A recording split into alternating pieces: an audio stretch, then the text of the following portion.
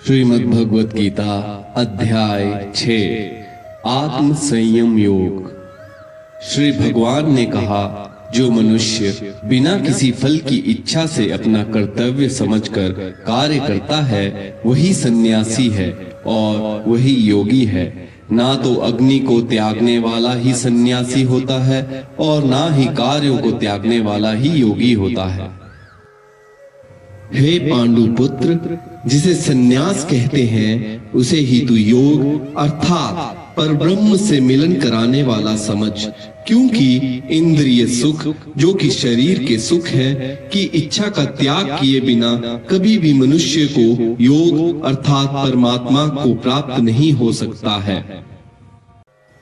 मन को वश में करने की इच्छा वाले मनुष्य को योग की प्राप्ति के लिए कर्म करना कारण होता है और योग को प्राप्त होते होते सभी सांसारिक इच्छाओं का अभाव हो जाना ही कारण होता है। जब मनुष्य सभी सांसारिक इच्छाओं का त्याग करके ना तो शारीरिक सुख के लिए कार्य करता है और ना ही फल की इच्छा से कार्य में प्रवृत्त होता है, उस समय वह मनुष्य योग में स्थित कहलाता है। मनुष्य को चाहिए कि वह अपने मन के द्वारा अपना जन्म मृत्यु रूपी बंधन से उद्धार करने का प्रयत्न करे और अपने को निम्न योनि में ना गिरने दे, क्योंकि ये मन की जीवात्मा का मित्र है और यही जीवात्मा का शत्रु भी है। जो मनुष्य मन को वश में कर लेता है उसका वह मन ही परम मित्र बन जाता है, लेकिन जो मनुष्य मन को वश में नहीं कर पाता है उसके लिए वह मन ही परम शत्रु के समान होता है। जिसने मन को वश में कर लिया है उसको परम शांति स्वरूप परमात्मा पूर्ण रूप से प्राप्त हो जाता है। उस मनुष्य के लिए सर्दी गर्मी सुख दुख और मान अपमान एक समान होते हैं। ऐसा मनुष्य स्थित चित्त वाला और इंद्रियों को वश में करके परमात्मा के ज्ञान द्वारा परमात्मा को प्राप्त करके पूर्ण संतुष्ट रहता है। ऐसे परमात्मा को प्राप्त हुए मनुष्य के लिए मिट्टी पत्थर और सोना एक समान होते हैं।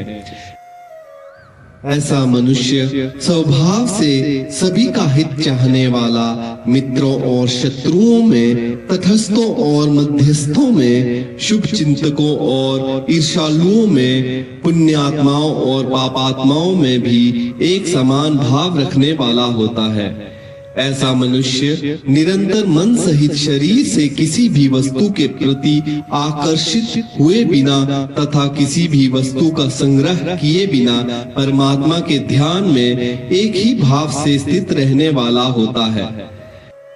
योग के अभ्यास के लिए मनुष्य को एकांत स्थान में पवित्र भूमि में ना तो बहुत ऊंचा और ना ही बहुत नीचा कुशा के आसन पर मुलायम वस्त्र या मृगछाला बिछाकर उस पर दृढ़ता पूर्वक बैठकर मन को एक बिंदु पर स्थित करके चित्त और इंद्रियों की क्रियाओं को वश में रखते हुए अंतकरण की शुद्धि के लिए योग का अभ्यास करना चाहिए। योग के अभ्यास के लिए मनुष्य को अपने शरीर, गर्दन तथा सिर को अचल और स्थिर रखकर नासिका के आगे के सिरे पर दृष्टि स्थित करके इधर उधर अन्य दिशाओं को ना देखता हुआ बिना किसी भय से इंद्रिय विषयों से मुक्त ब्रह्मचर्य व्रत में स्थित मन को भली भांति शांत करके मुझे अपना लक्ष्य बनाकर और मेरे ही आश्रय होकर अपने मन को मुझ में स्थित करके मनुष्य को अपने हृदय में मेरा ही चिंतन करना चाहिए।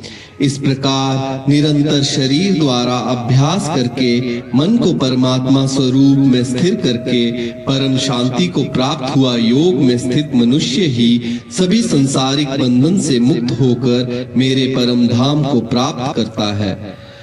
हे अर्जुन, योग में स्थित मनुष्य को ना तो अधिक भोजन करना चाहिए और ना ही कम भोजन करना चाहिए, ना ही अधिक सोना चाहिए और ना ही सदा जागते रहना चाहिए। नियमित भोजन करने वाला, नियमित चलने वाला, नियमित जीवन निर्वाह के लिए कार्य करने वाला और नियमित सोने वाला योग में स्थित मनुष्य सभी सांसारिक कष्टों से मुक्त हो जाता है। योग में स्थित मनुष्य का योग के अभ्यास द्वारा विशेष रूप से मन जब आत्मा में स्थित परमात्मा में ही विलीन हो जाता है, तब वे सभी प्रकार की सांसारिक इच्छाओं से मुक्त हो जाता है। उस समय वे पूर्ण रूप से योग में स्थिर कहा जाता है। उदाहरण के लिए, जिस प्रकार बिना हवा वाले स्थान में दीपक की लौ बिना इधर उधर हुए स्थिर रहती है, उसी प्रकार योग में स्थित मनुष्य का मन निरंतर आत्मा में स्थित परमात्मा में स्थिर रहता है। योग के अभ्यास द्वारा जिस अवस्था में सभी प्रकार की मानसिक गतिविधियां रुक जाती हैं, उस अवस्था में मनुष्य अपनी ही आत्मा में परमात्मा को साक्षात्कार करके अपनी ही आत्मा में ही पूर्ण संतुष्ट रहता है। तब वे अपनी शुद्ध चेतना द्वारा प्राप्त करने योग्य परम आनंद को शरीर से अलग जानता है और उस अवस्था में परम तत्व परमात्मा में स्थित हुए योगी कभी भी विचलित नहीं होता है। परमात्मा को प्राप्त करके वे योग में स्थित मनुष्य परम आनंद को प्राप्त होकर इससे अधिक अन्य कोई सुख नहीं मानता हुआ भारी से भारी दुख से भी चलायमान नहीं होता है। मनुष्य को चाहिए कि वे दृढ़ विश्वास के साथ योग का अभ्यास करते हुए सभी सांसारिक संसर्ग से उत्पन्न दुखों से बिना विचलित हुए योग समाधि में स्थित रहकर कार्य करें। मनुष्य को चाहिए मन से उत्पन्न होने वाली सभी सांसारिक इच्छाओं को पूर्ण रूप से त्याग कर और मन द्वारा इंद्रियों के समूह को सभी ओर से वश में करे।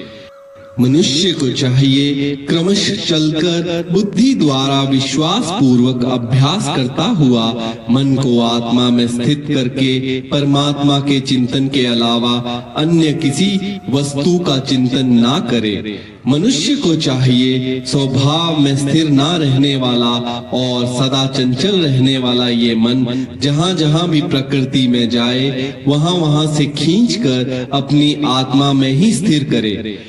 योग में स्थित मनुष्य का मन जब परमात्मा में एक ही भाव से स्थिर रहता है और जिसकी रजगुण से उत्पन्न होने वाली कामनाएं भली प्रकार से शांत हो चुकी हैं, ऐसा योगी सभी पाप कर्मों से मुक्त होकर परम आनंद को प्राप्त होता है। इस प्रकार योग में स्थित मनुष्य निरंतर योग अभ्यास द्वारा सभी प्रकार के पापों से मुक्त होकर सुख पूर्वक परब्रह्म में एक ही भाव से स्थिर रहकर दिव्य प्रेम स्वरूप परम आनंद को प्राप्त करता है। योग में स्थित मनुष्य सभी प्राणियों में एक ही आत्मा का प्रसार देखता है और सभी प्राणियों को उस एक ही परमात्मा में स्थिर देखता है। ऐसा योगी सभी को एक समान भाव से देखने वाला होता है।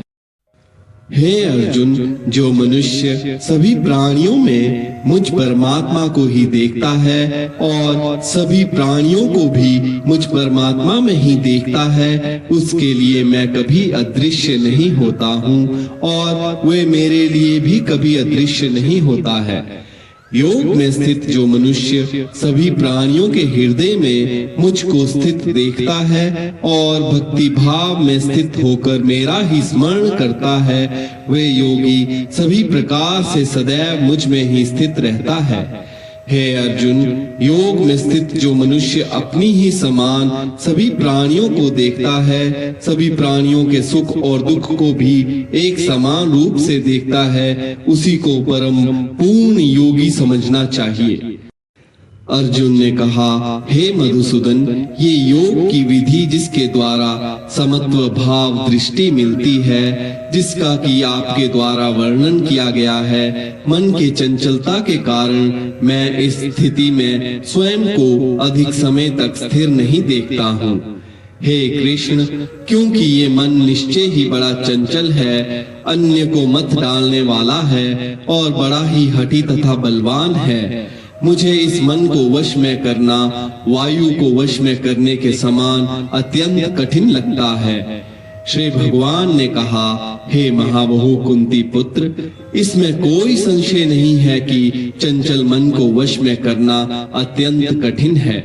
किंतु इसे सभी संसारिक कामनाओं का त्याग अर्थात वैराग्य और निरंतर अभ्यास द्वारा वश में किया जा सकता है। जिस मनुष्य द्वारा मन को वश में नहीं किया गया है, ऐसे मनुष्य के लिए परमात्मा की प्राप्ति अर्थात योग असंभव है, लेकिन मन को वश में करने वाले प्रयत्नशील मनुष्य के लिए परमात्मा की प्राप्ति सहज होती है, ऐसा मेरा विचार है। अर्जुन ने कहा, हे कृष्ण, प्रारंभ में श्रद्धा पूर्वक योग में स्थिर रहने वाला किंतु बाद में योग से विचलित मन वाला असफल योगी परम सिद्धि को ना प्राप्त करके किस लक्ष्य को प्राप्त करता है? हे महाबाहु कृष्ण, परमात्मा की प्राप्ति के मार्ग से विचलित हुआ, जो कि ना तो संसारिक भोग को ही भोग पाया और ना ही आपको प्राप्त कर सका, ऐसा मोह से संग्रहित मनुष्य क्या छिन्न भिन्न बादल की तरह दोनों ओर से नष्ट नहीं हो जाता? हे श्री कृष्ण, मैं आपसे प्रार्थना करता हूँ कि मेरे इस संशय को संपूर्ण रूप से केवल आप ही दूर कर सकते हैं, क्योंकि आपके अतिरिक्त अन्य कोई इस संशय को दूर करने वाला मिलना संभव नहीं है।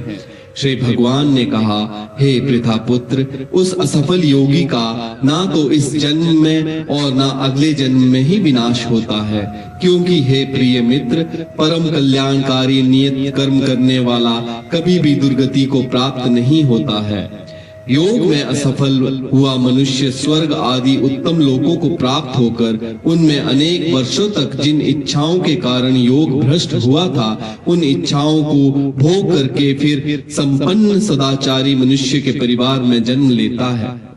अथवा उत्तम लोकों में न जाकर स्थिर बुद्धि वाले विद्वान योगियों के परिवार में जन्म लेता है, किंतु इस संसार में इस प्रकार का जन्म निस्संदेह अत्यंत दुर्लभ है। हे कुरुनंदन, ऐसा जन्म प्राप्त करके वहां उसे पूर्व जन्म के योग संस्कार पुनः प्राप्त हो जाते हैं और उन संस्कारों के प्रभाव से वे परमात्मा प्राप्ति रूपी परम सिद्धि को प्राप्त करने के उद्देश्य फिर से प्रयत्न करता है।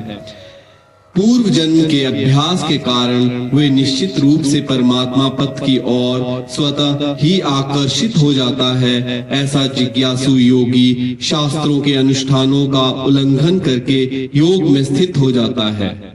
ऐसा योगी समस्त पाप कर्मों से शुद्ध होकर अनेक जन्मों के कठिन अभ्यास से इस जन्म में प्रयत्न करते हुए परम सिद्धि को प्राप्त करने के पश्चात परम गति को प्राप्त करता है। तपस्वियों से योगी श्रेष्ठ है, शास्त्र ज्ञानियों से भी योगी श्रेष्ठ माना जाता है और सकाम कर्म करने वालों की अपेक्षा भी योगी श्रेष्ठ है। इसलिए हे अर्जुन, तुम योगी बनो। हे अर्जुन, सभी प्रकार के योगियों में से जो पूर्ण श्रद्धा सहित संपूर्ण रूप से मेरे आश्रित हुए अपने अंतकरण से मुझको निरंतर स्मरण अर्थात दिव्य प्रेम भक्ति करता है, ऐसा योगी मेरे द्वारा परम योगी माना जाता है। इति श्रीमद् भगवत गीता का 6वां अध्याय समाप्त।